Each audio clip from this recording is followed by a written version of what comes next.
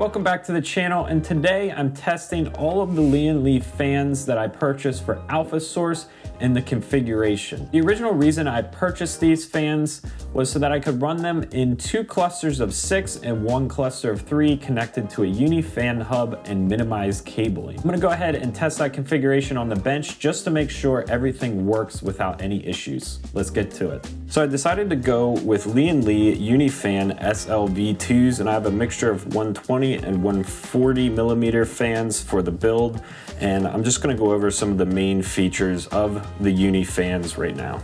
So the first main attractive feature to the Uni fans is gonna be its ability to daisy chain. To daisy chain these fans together, you're gonna wanna find the flat connections here and the pin connections here. And you can see that these tabs are gonna insert here. So basically all that you do is you take the fan, you turn it upside down, you insert the tabs into the receiving fan, like that, and then you pull back to lock it in place. And those pins will make a connection with those flat receiver connections. You can continue daisy chaining fans and continue connecting just like that. So here I've daisy chained 3 120 millimeter fans together, which is going to result in a typical 360 millimeter configuration that can then be attached to a radiator, or in your case where a 360 millimeter radiator would go if you're planning on air cooling only. Now there's a couple ways that these fans can connect and be used, and I'm gonna go over those right now. If you purchase the single fan packs, you're gonna receive a cable like this that is going to plug into the end of the fan right here. So it'll plug into the end of the fan with this, just like this.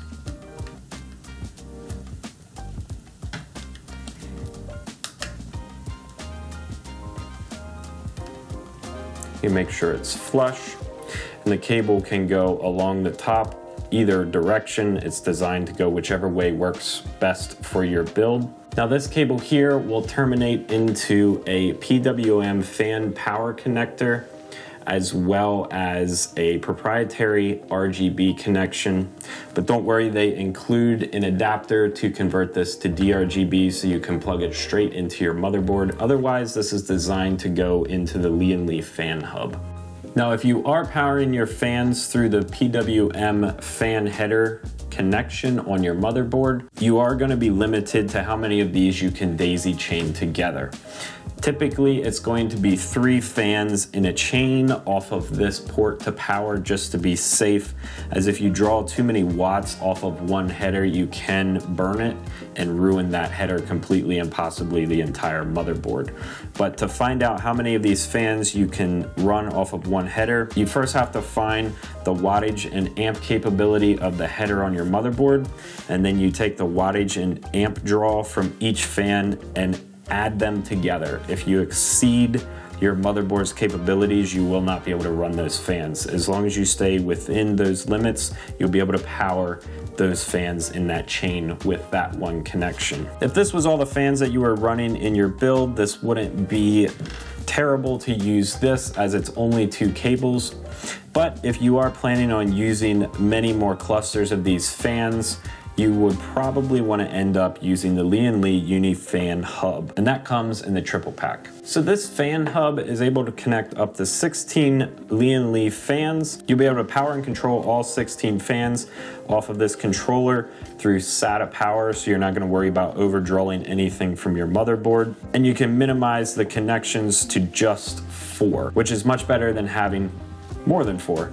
To connect the motherboard to the fan controller so that there's communication, you're going to be using a USB 2.0 header that's going to go to the motherboard and then into the fan controller. Next, There's going to be a PWM plug that's going to allow the motherboard to take control of the fan speeds. If that's how you wish to do it, you can pass control through Lian Li's L-Connect software to the motherboard. And then it also has a DRGB connection to allow RGB control as well. So I'm going to go ahead and get this cluster of fans hooked up to the fan controller as well as some power so that we can see how these fans look and work.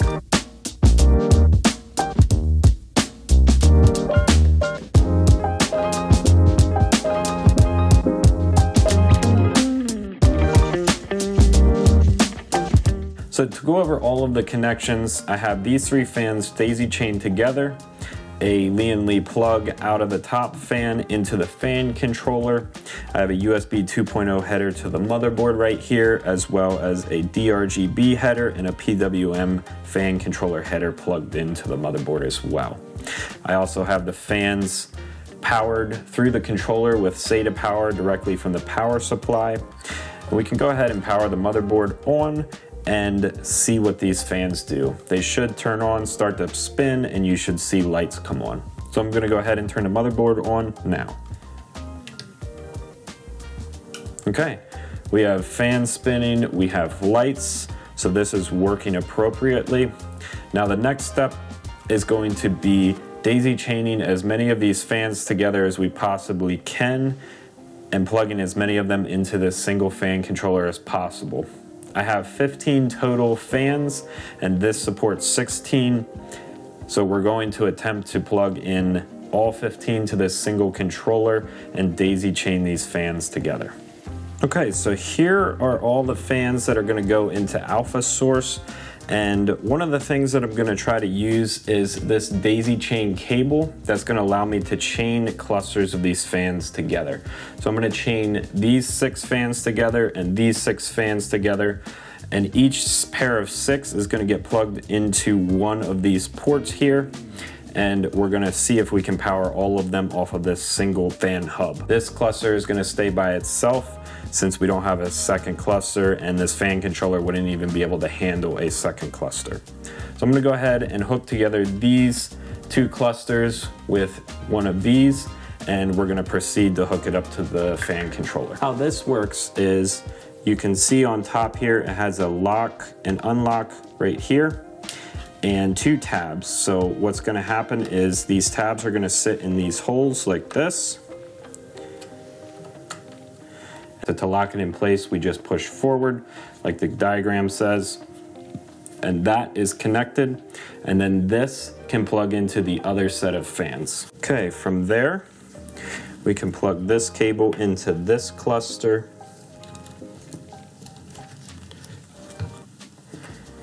and then into the fan controller.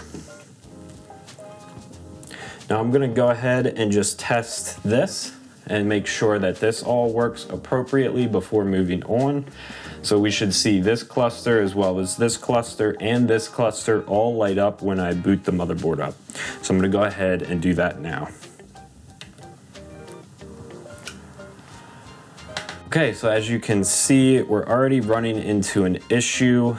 We have lights here, but no lights here. Even though all the fans are spinning, it does not appear that we're able to power everything, including the lights, through just one port. This is actually disappointing, as on Lian Li's website it states that with the new 18cm extension cable, the ability to bridge 2 clusters of fans to create a 3+3 daisy chained cluster is offered. These 6 fans can then be connected to a single port on the SL-V2 Uni Hub controller. The new daisy chaining solution reduces the number of cables needing to be managed. Now I'm going to unplug these just to make sure that these aren't drawing too much power, and then these 6 will light up. I'm going to give that a shot and see what happens.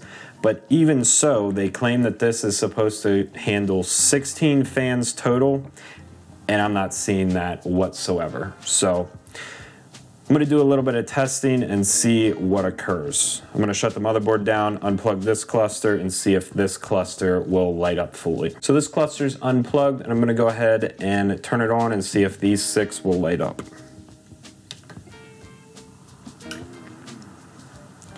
So again, we are seeing just LEDs in these 3, not in these 6.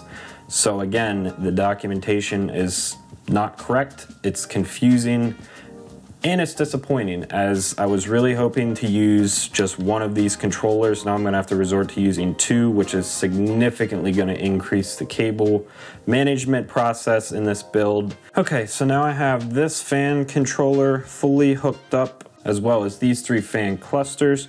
I'm gonna go ahead and turn the motherboard on and make sure that this setup is working. And then I'm gonna go ahead and hook these 2 clusters up and just make sure everything works. Okay, so we have lights, we have fans spinning, and it really does look like an issue with Lian Li's documentation. So now that these are all working, I'm gonna go ahead and plug these fans in and we'll continue testing. Okay, so we have all the fans connected. When I hit the power button on the motherboard, all of them should light up and spin, and this should be the configuration that we're gonna use on the build and see if all of these work.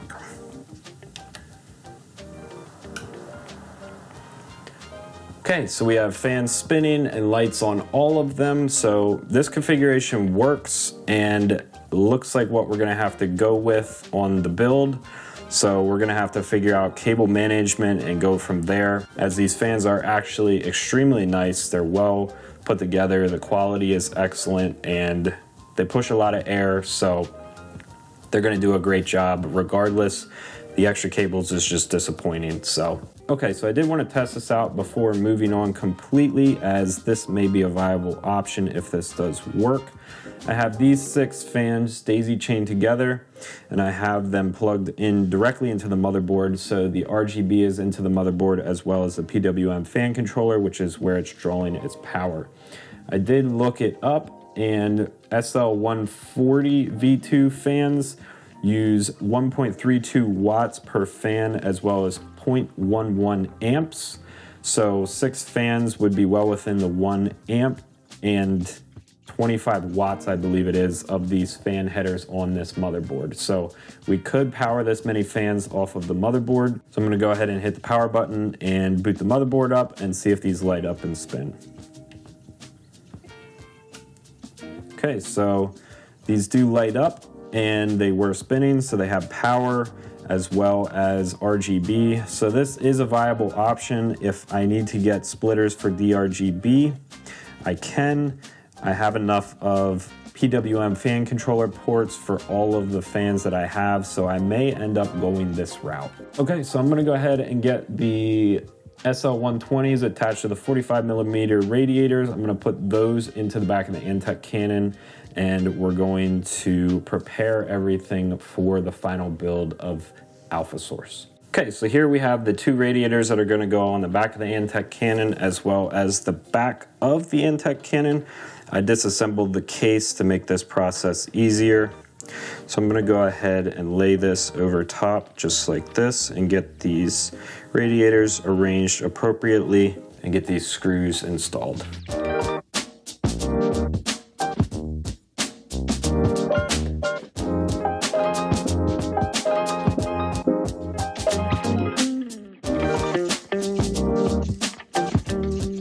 These are connected, and I'm gonna go ahead and get these fans daisy chained together.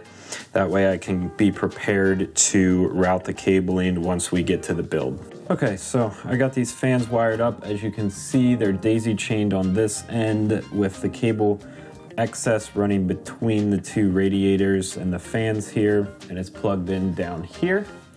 And then I have the cable that goes to the motherboard out of this top cluster through this little port right here in the side of the radiator and into the center channel of the case, where I can then run these cables to the motherboard and plug them in where necessary. So this is going to work out really well. So I'm gonna go ahead and get the front panel radiator attached. That way every radiator is attached to each part of the case it's supposed to. And then we can start routing cables and piecing the case back together as we go. it's going to be very difficult to get my hand in between the motherboard panel and this back panel. So I'm going to try to route as many cables as possible and make everything look nice and tidy before putting the case back together and making that channel small where I can barely get my hand in. So that's the plan. I'm going to go ahead and get that front radiator. Okay, so here we have the front panel. The radiator is going to sit on just like this, and then the fans are going to go on top like that. So I'm going to go ahead and get this installed onto the front panel, and then we are all ready to get rocking and rolling on reassembling the case and getting the wiring put together.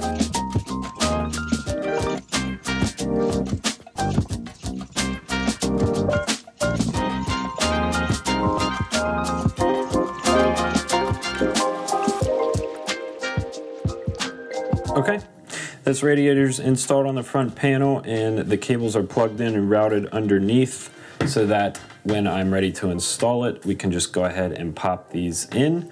So we're looking good here, and we are now ready to start reassembling and wiring up this case. So the fans are now working in clusters of 6 when connected directly to the motherboard versus being in a single port on the uni fan hub. If I'm missing something in connecting clusters of 6 to 1 port on the fan hub, please let me know in the comments. I'd love to know what's going on. Maybe there's something with L-Connect 3 that I'm not seeing yet, since I don't have the ability to get into the operating system and see what fans are being recognized by the software.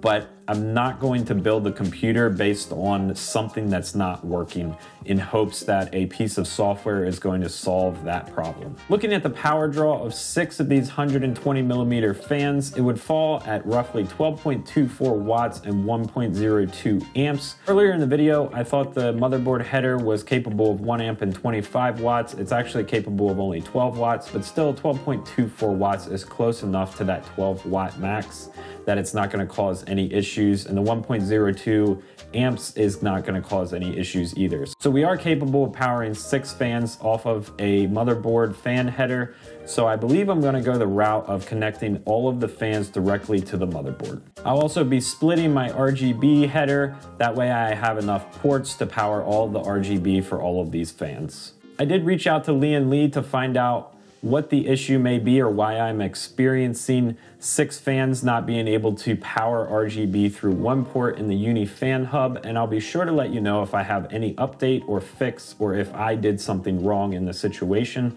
so I'll be sure to update you. So right now everything is prepared for the final wiring of Alpha Source.